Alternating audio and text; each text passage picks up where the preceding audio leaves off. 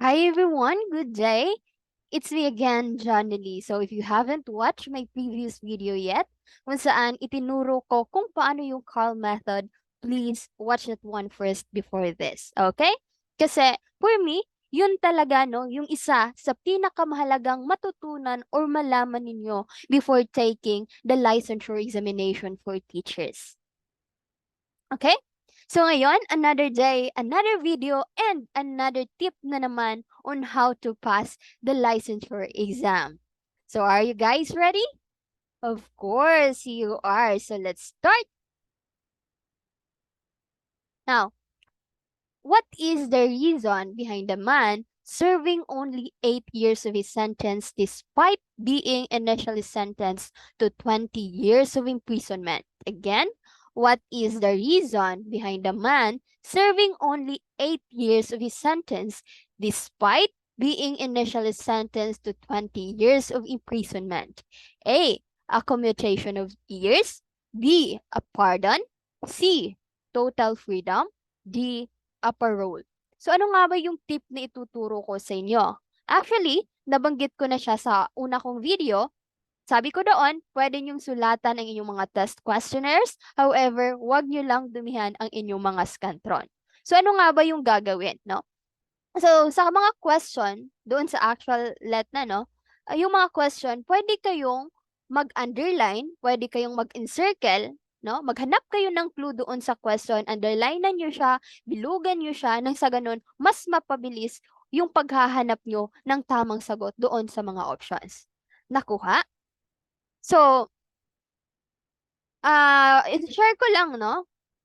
Kasi few days before the actual let, pinahiram ko yung mga reviewers ko doon sa friend ko. By the way, yung friend ko, hindi po siya nag-review center. So, pinahiram ko yung mga reviewers ko. Ang sabi niya, very grateful siya doon sa mga reviewer na pinahiram ko sa kanya kasi nga, may nakuha siyang idea kung paano nga ba sagutan yung mga question. Kasi nakita niya yung connection doon sa mga in-underline ko at doon sa option, sa tamang sagot. So, kaya mas napabilis, no, yung pagsagot niya or yung paghahanap niya ng tamang sagot. And luckily po, pareho po kami ng friend ko na nakapasa sa let nung March 19. O, di ba? Effective siya. Try nyo po. Try nyo sanayin yung mga sarili ninyo na sumagot sa ganoong paraan para pagdating ng actual let, madali na lang sa inyo to. Okay? And another tip pala, no?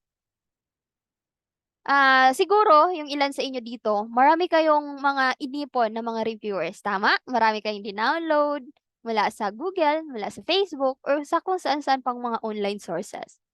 'Di ba? Alam ko yan kasi ginawa ko rin yan. Mali pala. Mali yung ganun. Huwag kayong basta-basta lang mag-memorize, no, ng mga sagot doon sa mga questions, mga sample questions na nakikita niyo online. Bakit? Kasi iilan lang yung lalabas or kung may lalabas man, hindi siya word for word na ganun talaga yung makikita mo doon sa actual let. Wala pong ganun. Okay? Walang ganun para hindi kayo aasa, no? Kasi masasaktan lang kayo, char. Well, anyway, yun na nga. Huwag lang basta memorization. Dapat alamin ninyo why the answer is the answer and why the other choices or the other options are wrong. Okay? Para nang sa ganun, kung sakali man no, na may uulitin silang mga questions from previous na mga exams, at least kahit pagbabalik ta rin man nila yung mga tanong doon, alam pa rin ninyo kung ano talaga yung tamang sagot. Nakuha? Okay. So, let's go back dito sa ating question. Dami kong sinasabi. Let's go back to our question. Now, upon checking all the choices here, what's the first choice na i-remove natin? Okay. Kasi obvious na wala siyang connection doon sa question. Letter? Okay. Letter C. So, very good. Kasi sabi ng letter C, total freedom. So, pinalaya ba siya agad-agad? Hindi. Di ba? So, this option here, this is a vague option and it does not specifically relate to the situation being described dito sa question. So, it does not explain why the man's sentence was reduced. Tama? Okay. So, kung ako pala to, hindi ko nasabi kanina, no? Kung ako pala to, yung in-underlinean ko na dito is itong the man serving only 8 years of his sentence, may underline na yan, binilugan ko na itong despite, tapos underline ulit dito sa initially sentenced to 20 years. Bakit? Nang sa ganun, makaka-highlight siya dito sa utak ko, no? Yan na yung pinaka-focus ng utak ko, na dito lang umiikot yung question, no? Ang gagawin nyo kasi, maghahanap kayo sa question ng mga clue words, ng mga clue ng mga phrases, tapos i-connect niya siya dito sa option. Nakuha po? Okay. Okay, now before we are going to answer this question pala, let us know first the definition of a parole, a pardon, and a commutation of years. So ano-ano nga ba yung ibig sabihin ng mga yan? But first, meron muna akong question. Can a PDL pala, or a persons deprived of liberty be free kahit hindi pa nila natapos yung kanilang sentensya? Ang sagot? Ang sagot dyan, yes, pwede. Sa anong paraan? Sa pamamagitan ng tinatawag nating parole and executive clemency. So ano-ano nga ba yung mga ito? Let's start with parole. What is a parole? So, it is the conditional release of a prisoner from correctional institution after serving the minimum period of his prison sentence.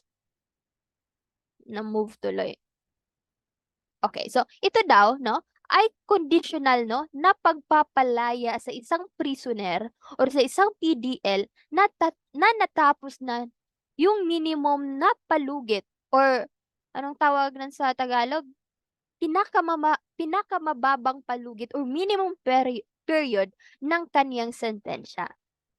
So, pwede na siya ngayong pabalikin sa komunidad para tapusin yung natitirang bahagi ng kanyang sentensya sa ilalim ng isang programa. Yun yung parole. Now, ang tanong, who may grant parole to a prisoner? So, sino nga ba yung nagdidesisyon kung sino-sino yung bibigyan ng parole? Ang sabi dito, the Board of Pardons and Parole, no? It is an agency under the office of the Secretary of Justice. Next, when may a prisoner be granted parole? So whenever the Board of Pardons and Parole finds that there is a reasonable probability that if released, the prisoner will be law-abiding and that the release will not be incompatible with the interest and welfare of the society. So kapag yung Board of Pardons and Parole finds na merong reasonable probability na kung papalayain yung isang bilanggo, siya ngayon ay magiging law-abiding citizen or magiging masunurin sa batas. At yung kaniyang paglaya ay hindi siya magiging, kumbaga, threat, no? Or magiging banta. Hindi siya magiging banta sa interest or sa kapakanan ng ibang mga tao sa lipunan. Nakuha? Now, what happens if a parolee violates the conditions of his parole?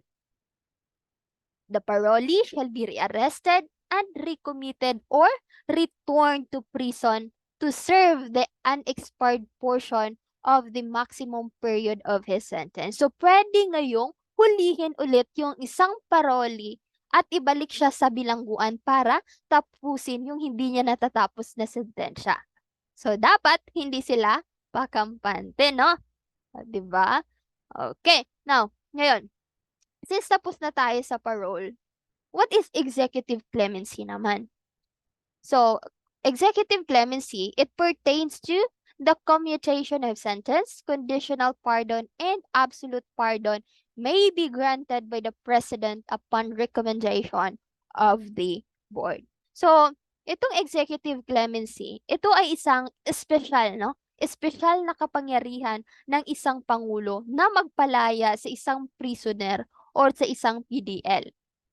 So, ilan sa mga nabigyan nito ay kagaya ni na dating Senador Antonio Trillanes III, diba? Dating Pangulo Joseph Estrada at ni Senador Robin Padilla, no? So, sila yung nakaranas ng tinatawag nating executive clemency. So, isang uri ng executive clemency, yung tinatawag nating commutation of sentence. So, ano nga ba ito?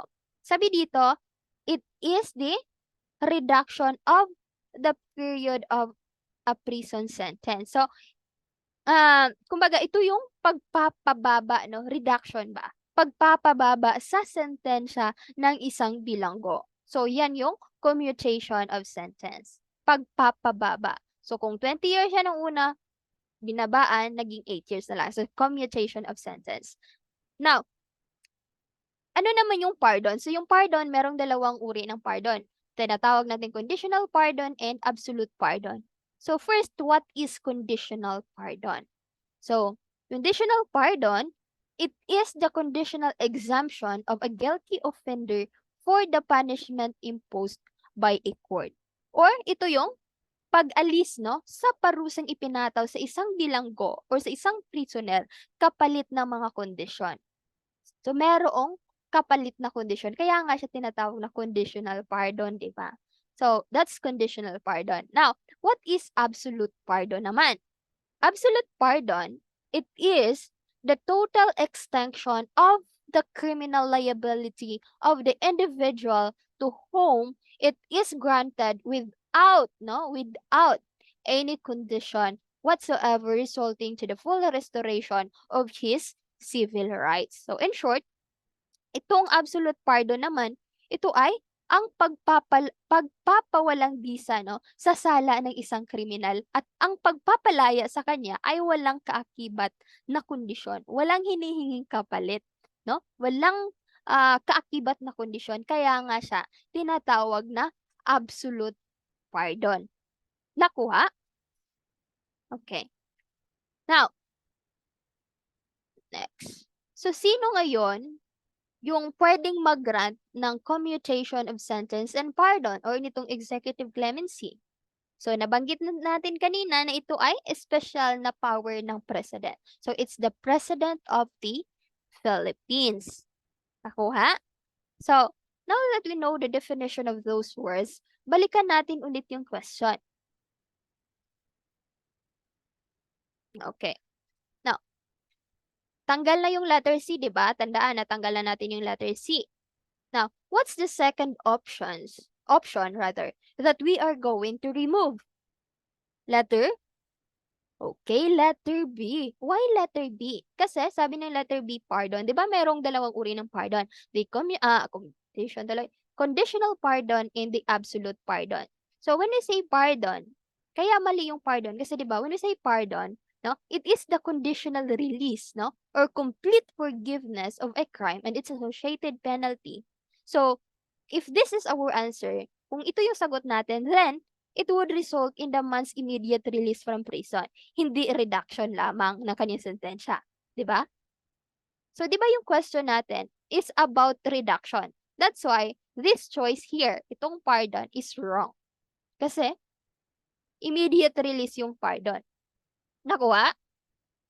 So now, between letter A, saan natira? Letter A and letter D, what is the correct choice? So ano talaga yung tamang sagot? Letter? Okay, letter A. Ang tamang sagot sa question na to ay letter A, a commutation of years. Kasi it's about the reduction of sentence length without completely overturning the conviction. So in this case or in this scenario, reduction lang, no? Reduction lang yung nabanggit. The man's sentence was initially set at 20 years of imprisonment. Diba? However, due to certain circumstances, nagiging 8 years na lang siya. No? Allowing him to serve a very short period of time in prison. So kaya, sagot natin commutation of years. And from the word itself na commutation, no, ibig sabihin niyan reduction. So ito na agad yung sagot. Okay? Nakuha? So for this question, the correct answer is commutation of years. So, kagaya ng sinabi ko, alamin natin kung bakit yung option o yung correct answer yung tamang sagot. Bakit siya yung tamang sagot rather? At alamin din natin kung bakit yung ibang option ay maling sagot. Nakuha. Now, before tayo mag-i-end, let's check first why parole is wrong. Alamin natin bakit wrong yung parole. ang parole kasi, it only involves releasing a prisoner before their full sentence is completed under certain conditions. While parole could lead to a prisoner being released earlier, yes, pwede yun. Pero it does not involve reducing the sentence itself. Kaya mali talaga yung choice na parole, no? Mali yung letter D. Nakuha po? Okay, so yan lang muna yung ating question of the day. So that's it for today. Hanggang sa muli mga kasoksad, good luck sa exam and congratulations in advance future LPTs. Bye-bye!